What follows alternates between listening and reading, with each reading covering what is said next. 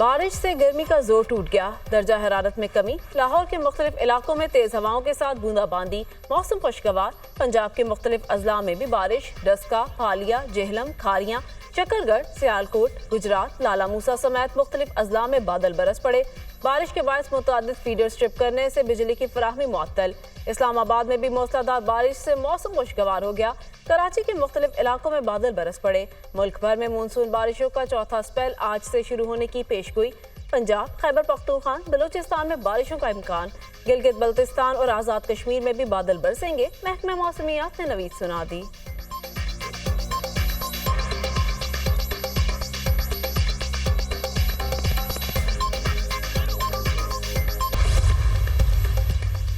जो 9 मई के करने वाले हैं, उसके जो सहूलतकार हैं, उसके जो मनसूबा साज हैं, जब वो उनको ढील देगा, जब आप उनको कैफरे करदार पे नहीं पहुंचाएंगे, तो मुल्क के अंदर इंतशार और ये जो मॉब मेंटेलिटी है, इसे मॉब मेंटेलिटी कहते हैं, ये फाशिज्म है, ये फस्तायत है, ये मज़ीद फैलेगी। जिस तरह एक टेररिस्ट वेपन हथियार पकड़ता है, बम पकड़ता है और उसके ज़रिए अपनी जो विल है वो इम्पोज करता है, ये डिजिटल टेररिस्ट मोबाइल के ज़रिए, कंप्यूटर के ज़रिए, झूठ के ज़रिए, प्रोपेगेंडे के ज़रिए, फेक न्यूज़ के ज़रिए इस्तराब फैला के अपनी विल इम्पोज करता है। डिजिटल दहशतगर्द का तो कभी कभार पता ही नहीं होता कि ये है कौन।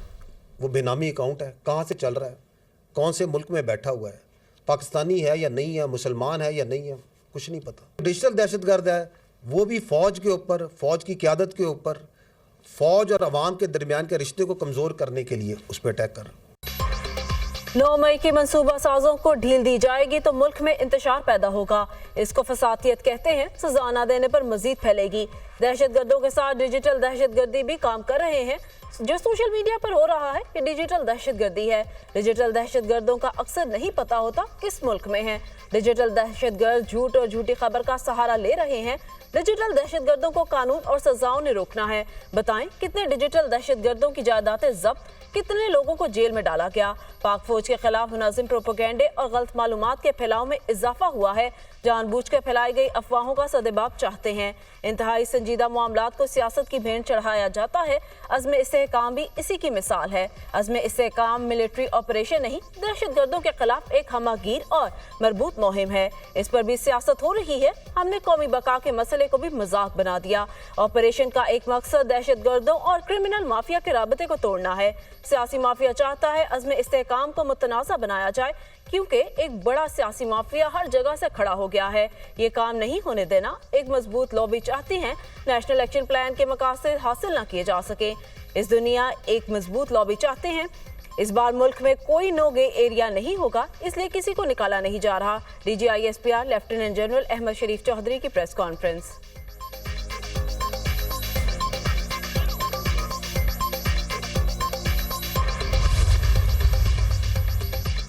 पाक अफगान बॉर्डर से दहशतगर्दों की दरअंदाजी की कोशिश नाकाम। दीर में 3 दहशतगर्दों ने पाक अफगान बॉर्डर से दरअंदाजी की कोशिश की। शदीद फायरिंग के तबादले तीनों दहशतगर्द मारे गए। अफगान अबूरी हुकूमत अपनी तरफ बॉर्डर मैनेजमेंट को यकीनी बनाए। अफगान अबूरी हुकूमत से तवक्को है अपनी जिम्मेदारी पूरी करे। तवक्को है अफगान हुकूमत अपनी सरजमीन दहशतगर्दी के लिए इस्तेमाल होने की इजाज़त नहीं देगी। ISPR।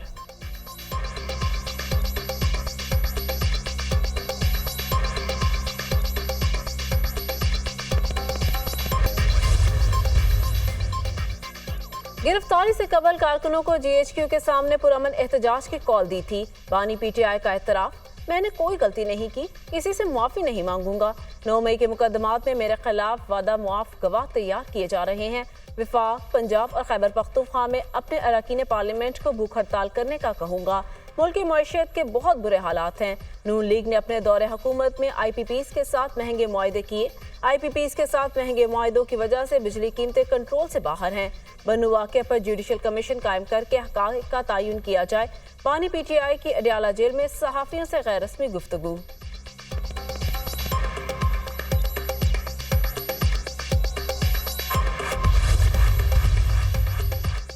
इस्लामाबाद पुलिस का सेक्टर G8 में पीटीआई के मरकजी दफ्तर पर छापा। सेक्रेटरी इत्तलात पीटीआई रऊफ हसन को गिरफ्तार कर लिया। पुलिस ने पीटीआई सेक्रेटरीट से तमाम रिकॉर्ड कब्जे में ले लिया। पीटीआई का डिजिटल मीडिया मरकज इंटरनेशनल डिसइंफॉर्मेशन का हब बना हुआ था। मरकजी दफ्तर डिजिटल दहशतगर्दी का गढ़ था। तमाम सबूत तहवील में ले लिए। पूरी दुनिया में पाकिस्तान मुखालिफ प्रोपेगेंडा मुल्क दुश्मन एजेंसियों के साथ मिलकर पीटीआई दफ्तर से कराया जाता था। सेल चलाने में मुलव्वस अफराद को गिरफ्तार कर लिया, जबकि उनके पास मौजूद आलात भी कब्जे में ले लिए। मुकामी लोगों को भड़काया और प्रोपेगेंडा मुहिम चलाई जाती थी। पीटीआई के सोशल मीडिया एक्टिविस्ट की मालूमात पर छापा मारा गया। पुलिस हुक्काम इस्लामाबाद पुलिस ने पीटीआई कोऑर्डिनेटर अहमद वकास जंजुआ को गिरफ्तार किया। इब्तदाई तफ्तीश और डिजिटल मवाद की रोशनी में पीटीआई के डिजिटल मीडिया विंग पर इस्लामाबाद पुलिस और FIA टीम ने छापा मारा। छापे के दौरान रऊफ हसन को गिरफ्तार किया गया। पीटीआई रियासत मुखालिफ प्रोपेगेंडे में मुलव्वस है। मामले पर JIT तश्कील दी जा रही है। तर्जुमान वजारत दाखिला।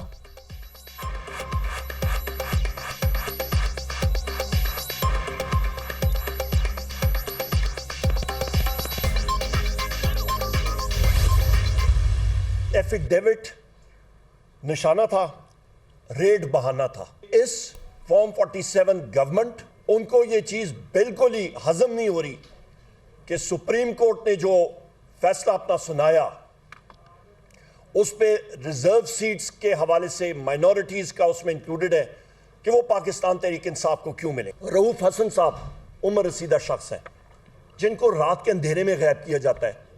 हम लोग बात करते हैं कि जी और कवानीन होने चाहिए। ओ भाई, जो कवानीन है, जो आइन और कानून के सिलसिला है, उस पे तो अमल दरामद करे ना। हमारे सेंट्रल ऑफिस पर छापा मारा गया। बयान हल्फी निशाना था, रेड बहाना था। रऊफ हसन की बाजियाबी के लिए कानूनी कार्रवाई करेंगे। फॉर्म 47 वाली हुकूमत को सुप्रीम कोर्ट का फैसला हजम नहीं हो रहा।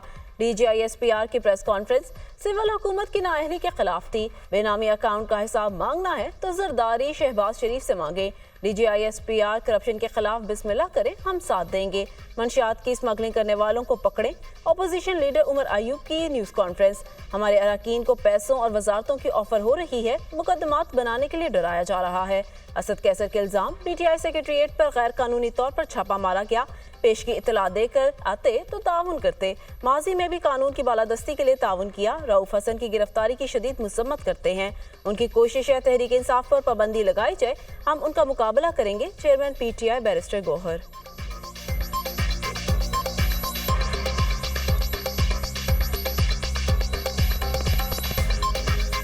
पाकिस्तान तहरीक इंसाफ के सेंट्रल सेक्रेटरीट को आज 12 बजे से पहले रेड किया गया। उसी दौरान पुलिस की भारी नफरी आई। चारों तरफ से उस सेंट्रल ऑफिस को घेर लिया गया। रऊफ हसन साहब को अरेस्ट किया गया। हम इस रेड की, उसकी अरेस्ट की शदीद अल्फाज में सख्त मजम्मत करते हैं।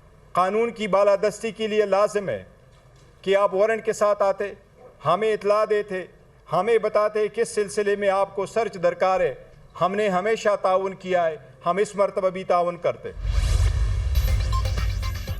वज़ीर आज़म ने वफाकी काबीना का इजलास आज तलब कर लिया। PTI पर पाबंदी के हवाले से मंजूरी ली जाएगी। बानी PTI साबिक सदर आरिफ अलवी और डिप्टी स्पीकर कासिम सूरी के खिलाफ आर्टिकल 6 के तहत कार्रवाई की मंजूरी भी ली जाएगी। इजलास में मुल्क की सियासी और माशी सूरत हाल का जायजा लिया जाएगा। बन्नू और जर्मनी के वाकयात भी ज़ेर गौर आएंगे। वज़ीर आज़म शहबाज शरीफ से वज़ीर कानून आज़म नज़ीर तारड़ और अटॉर्नी जनरल की मंसूर अवान की मुलाकात। मखसूस नशिस्तों की PTI को अलाटमेंट और सुप्रीम कोर्ट में नजरसानी अपील पर मुशावरत। PTI पर पाबंदी और दीगर फैसलों से मुताल्लिक कानूनी नुकात पर कानूनी टीम की ब्रीफिंग। वज़ीर आज़म शहबाज शरीफ की पीपल्स पार्टी समेत तमाम हुकूमती इत्तेहादियों को कानूनी हिकमत अमली में शामिल करने की हिदायत।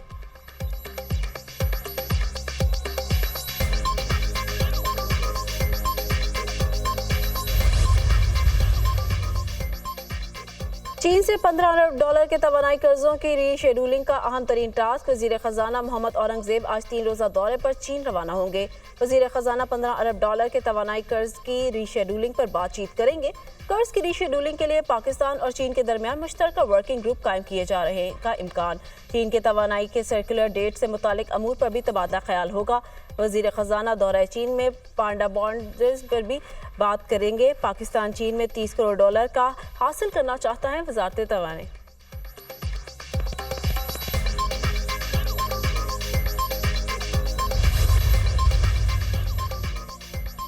अमेरिकी सदर जो बाइडेन का अपने सपोर्टर से कैमला हैरिस की हिमायत का मुतालबा। बोले, जानता हूँ सदारती दौर से बाहर होने की खबर सबके लिए हैरानकुन थी। व्हाइट हाउस की दौर से बाहर होने का मेरा फैसला दुरुस्त था।